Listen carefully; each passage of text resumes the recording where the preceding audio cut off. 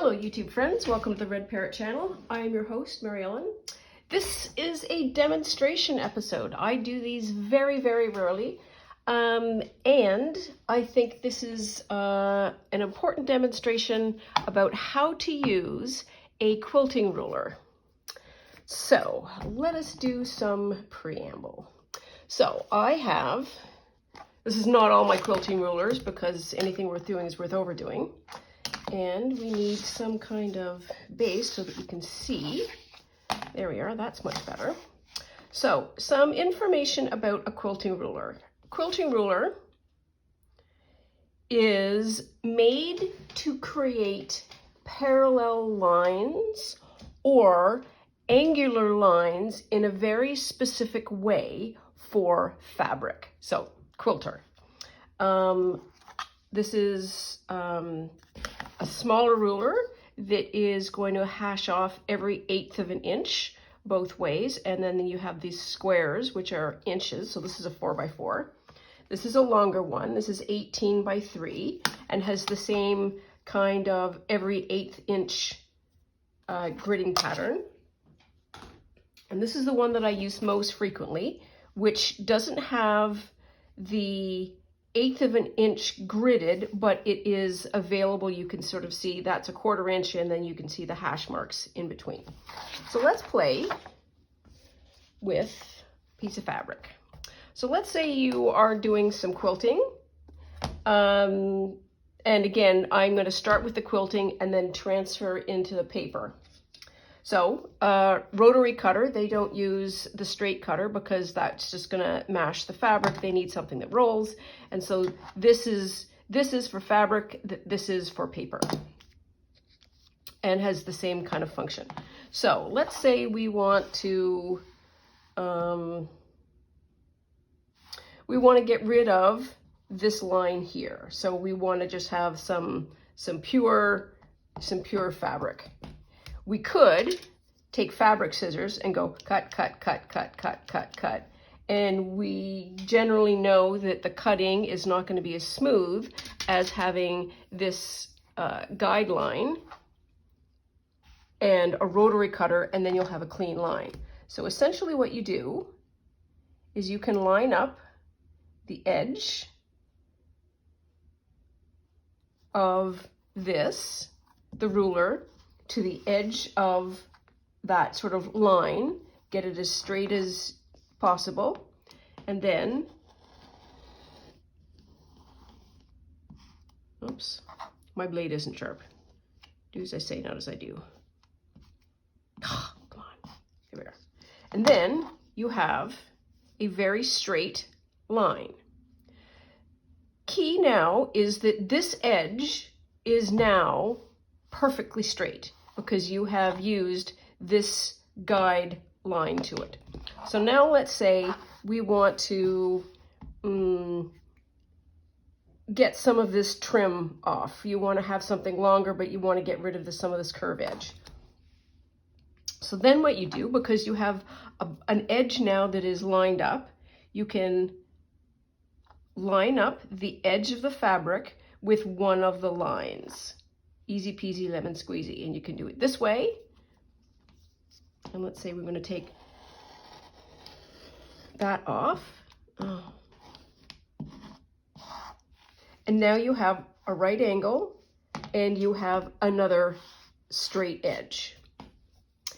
So we were using the long way to match, but you can see that there is all of these incremental in 1/4 inch increments along. These are all parallel lines. There's never any line that's going this way or going that way. They are all parallel. So you can match it up on one line, you can match it up on 2 lines, and then you're able to count 1, 2, 3, 4, and 1/4 is now going to be the width. Or I want it 5.5. I can do the same thing here. 1, 2, 3, 4, 5.5, and I cut it here, and I would have a width that was that measurement. So let's do this. Let's say we're going to do a tag. 3 1/4. So 3 1/4 is quite often a size that I enjoy using for tags.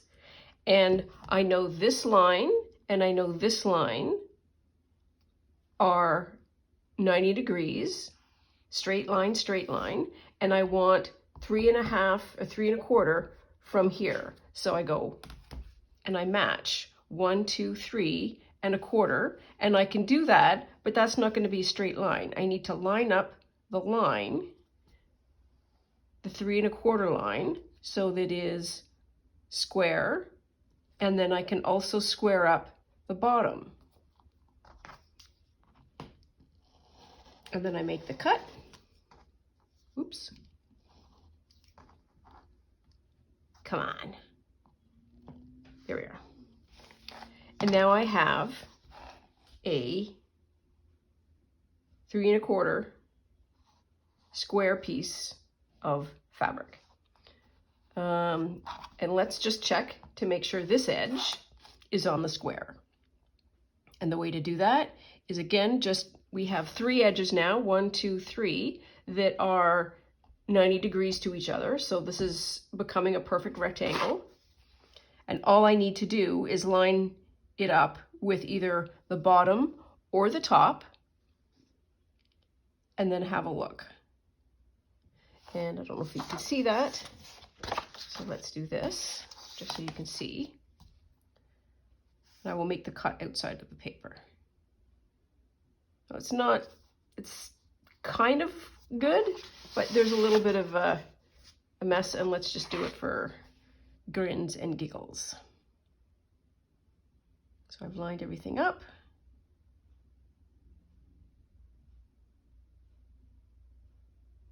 There we are. Yeah, it's a little off.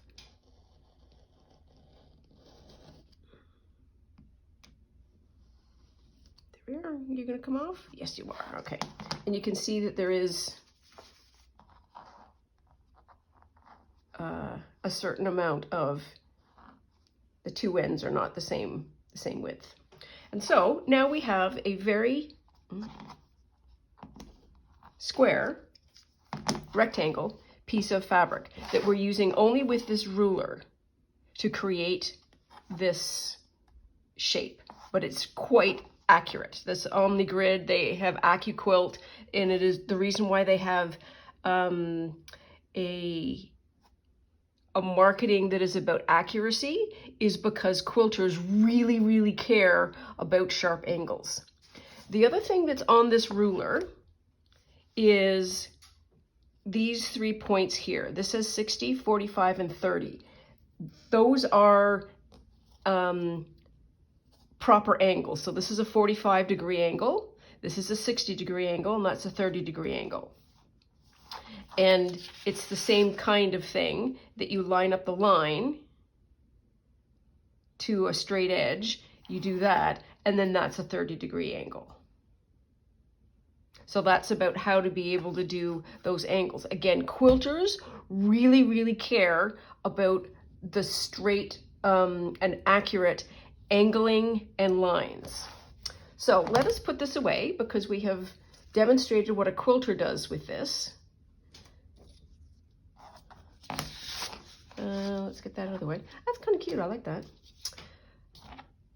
So we put that away. And now we say, okay, so how can this help somebody who is doing paper crafting? So step 1, fabric and paper, never the twain shall meet. So I am not going to use my fabric, my dull fabric blade on paper because it will really make it dull. I need to change that.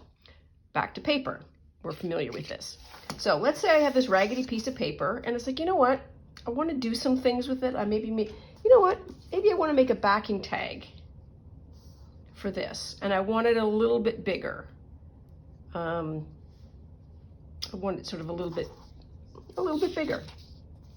So where do we want to start?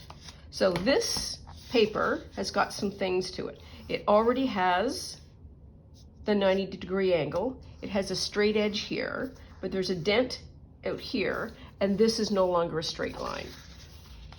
For the purposes of this illustration, I'll show you how to do a straight line with paper. So it's exactly the same as the fabric. You line up the bottom, a known straight edge with one of the ruled lines.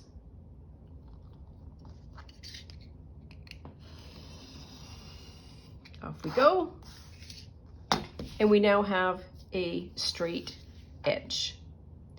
If you had a piece of paper that had no straight edges, the way to create a straight edge would be to, I am just going to lay down my ruler in some kind of economical fashion, cut it, and then that becomes your starting place for having something that is straight.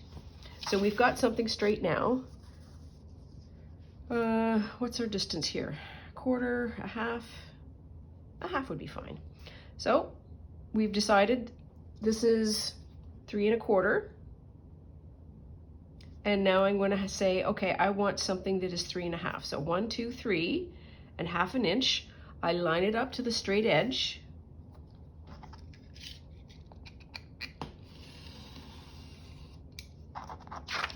And now I have a piece of paper that is beautifully to specification. It is 3 1/2 inches. And I want to do the same here. So how long is this going to be? Probably going to be about 5 1/2. All right, so we'll make this 5 1/2. For people who have watched me do this, I quite often will go 1, 2, 3, 4, 5 1/2, because even though I know this is 6 inches, I sometimes need to give myself additional confidence that I've got the measurement right, because these start to look a bit the same. So if in doubt, just line it up and go 1, 2, 3, 4, 5 1/2. We're good to go. This is lined up here, and we'll line up the edge here as well. So I know that everything is going to be at 90 degrees. I cut it off, and there we are. And so then I would be able to do that. And I have a nice little border, a kind of adorable little card. And I've used and created this precision, because it is quite precise now, using nothing but this particular ruler and a blade. I really appreciate having straight lines. I come from a world of measurement and so on and so forth. So I am also, I love this ruler and this tool for that reason. Things that can replace this, certainly guillotines. Guillotines have, at the top of the guillotine, it has essentially that 90-degree angle. And so if you have a straight edge on a guillotine, what you do is you line it up to the very top. You make sure there are no gaps. You draw the guillotine down, and then you have a 90-degree angle and another straight edge.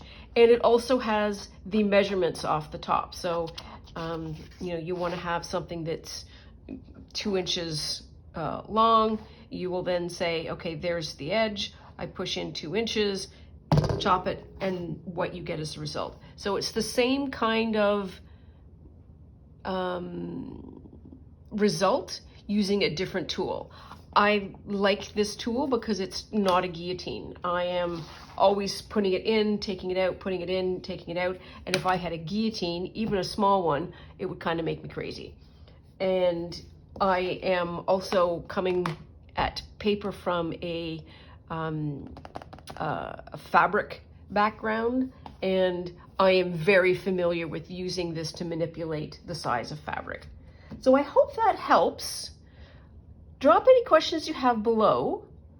And I think that's all for now. What I would do is take some scrap paper and test it out, because I think that is the easiest way. And then just say, I want to have pages that are sizes. I want a 3x5. I want a 6x4. I want a 2-inch long strip. those kinds of things, and then see how well you are at getting it. First couple of cuts might not be perfect, but you will learn as you use it. Anyways, that's all for now. Hope that helped. As ever, like and subscribe for more, and we'll see you real soon. Bye now.